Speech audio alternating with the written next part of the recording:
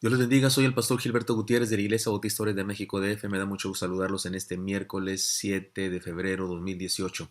Seguimos estudiando los proverbios de Salomón. Sabiduría práctica para ser feliz le llamamos a la enseñanza de este libro. Inteligencia espiritual aplicada es el tema de hoy. Proverbios capítulo 9, versículos 7 al 12. Las relaciones interpersonales son una bendición, aunque tienen su riesgo y en ocasiones nos traen mucho dolor y tristeza. Se trata de una de las circunstancias de la vida para las que más necesitamos la sabiduría. El sabio Salomón nos imparte una serie de enseñanzas que tienen que ver con nuestra actitud y comportamiento en las relaciones interpersonales, con personas difíciles y también con personas sabias. Las primeras son peligrosas y las segundas son una bendición. Leamos los versículos 7 al 12 del capítulo 9 y permítanme dar una breve enseñanza en cada caso de cada versículo y después puntualizaremos las enseñanzas más importantes. Versículo 7. El que corrige al escarnecedor se acarrea afrenta. El que reprende al impío se atrae mancha. Déjenme decirles que debemos definir el concepto escarnecedor, aunque lo hemos mencionado ya antes, pero déjenme ahora hacer una nueva definición. Escarnecedor es el que se burla de otro, pero el que se burla con saña, que se mofa con sarcasmo, que se alegra del dolor ajeno, que no toma en serio las palabras de los sabios, que es superficial y no muestra respeto. Eso es un escarnecedor. Este verso nos dice que una persona así es incorregible, porque si alguien intenta corregirlo recibirá burla o tal vez un golpe incluso, y pudiera ser que hasta dañe su reputación, porque el escarnecedor no se tienta la mano para hablar mal de quien sea, por defenderse, por agredir a quien lo intentó corregir, es capaz de lo que sea. Versículo 8. No reprendas al escarnecedor para que no te aborrezca. Corrige al sabio y te amará. La enseñanza es obvia. Si corregimos al incorregible burlón, de seguro nos conseguiremos un enemigo que nos odiará. En cambio, si corregimos al sabio, habremos ganado un amigo. Versículo 9. Da al sabio y será más sabio. Enseña al justo y aumentará su saber.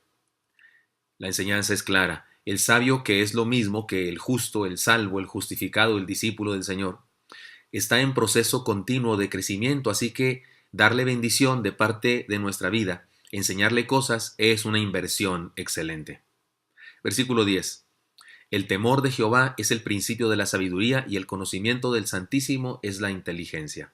Esto aparece también en el capítulo 1 de este mismo libro. La sabiduría se origina en nuestra vida cuando nos acercamos a Dios, cuando aprendemos su palabra y caminamos en él. Es entonces que se despierta y se desarrolla en nosotros la inteligencia espiritual. Versículo 11. Porque por mí se aumentarán tus días y años de vida se te añadirán. He aquí un pequeño trozo de discurso de la sabiduría personificada. Recuerdan que en los pasajes anteriores, en la sabiduría misma, en esta figura literaria de la personificación, se le da a la sabiduría como la calidad o la cualidad de ser una persona, y ella nos ha estado hablando. Y ha cambiado eso en la redacción de este pasaje, pero aquí vemos un pequeño trozo en donde una vez más la sabiduría nos habla y nos dice, porque por mí se aumentarán tus días y años de vida se te añadirán. Es decir, que desarrollar la inteligencia espiritual y o la sabiduría que viene de Dios es encontrar un potencial superior para la existencia humana, es tener una experiencia mejor, una plenitud de vida extraordinaria. Versículo 12. Si fueres sabio, para ti lo serás, y si fueres escarnecedor, pagarás tú solo. Ahora bien, ser sabio o necio es una decisión personal y las consecuencias se pagan individualmente. Como quien dice, el asunto es tuyo. De todo esto se derivan algunas enseñanzas importantes. Y me parece que la primera cosa que debemos decir es la diferente actitud que existe entre el necio y el sabio. Son diferentes, tienen una actitud diferente. Por ejemplo, el necio se resiste a la corrección. El sabio, por supuesto, acepta la corrección. El necio afrenta al que lo corrige. El sabio ama y aprende de quien le enseña. El necio aborrece y mancha al que quiere ayudarlo. El sabio cree y crece constantemente y es agradecido. Ahora vayamos a las razones. Esto es su actitud del necio y el sabio. Pero ahora vayamos a las razones. Si el origen de la sabiduría es Dios, porque dice el principio de la sabiduría es el temor de Jehová, si el inicio de la sabiduría, el origen de la sabiduría es Dios, tenemos que decir que el necio no conoce a Dios. no conoce la palabra de Dios. En cambio, el sabio conoce a Dios por experiencia personal, no solo porque le han dicho que dijeron que dijo no sé quién, no, lo conoce por experiencia personal. El necio ignora a Dios y no le obedece. El sabio ama a Dios y vive para obedecerlo. Es su pasión obedecer a Dios.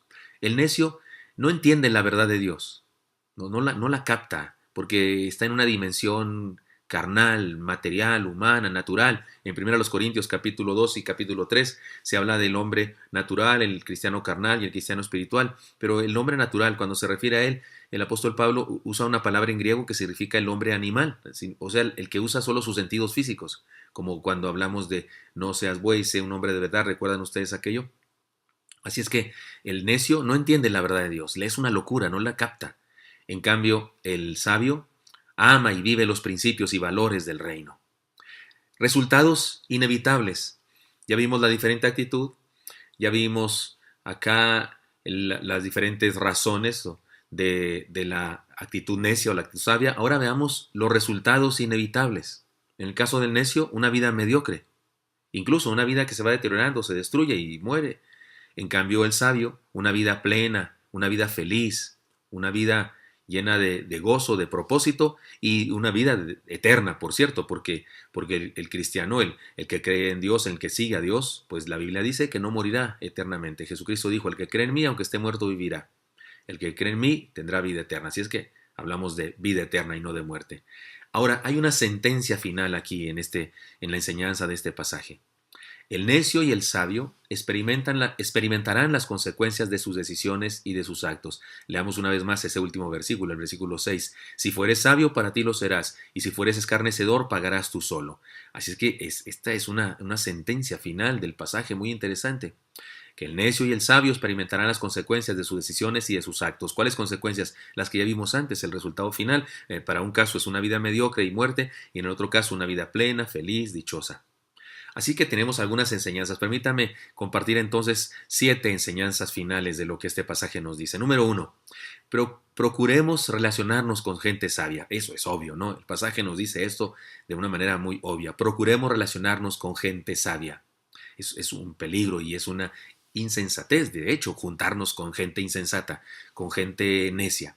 Y no significa que despreciemos a las personas que nos rodean, no, debemos estar ahí para procurar bendición, pero tengamos cuidado, con los necios hay que pintar nuestra raya y hay que procurar relacionarnos y relacionarnos bien y relacionarnos íntimamente con gente sabia. Número 2, tengamos cuidado con los incorregibles. Lo mejor que podemos hacer por ellos es orar. Dice el salmista, no corrijas al escarnecedor porque te ganas una mancha, te ganas una afrenta. Se volverá contra ti, dicen otros pasajes. Así que tengamos cuidado con los incorregibles.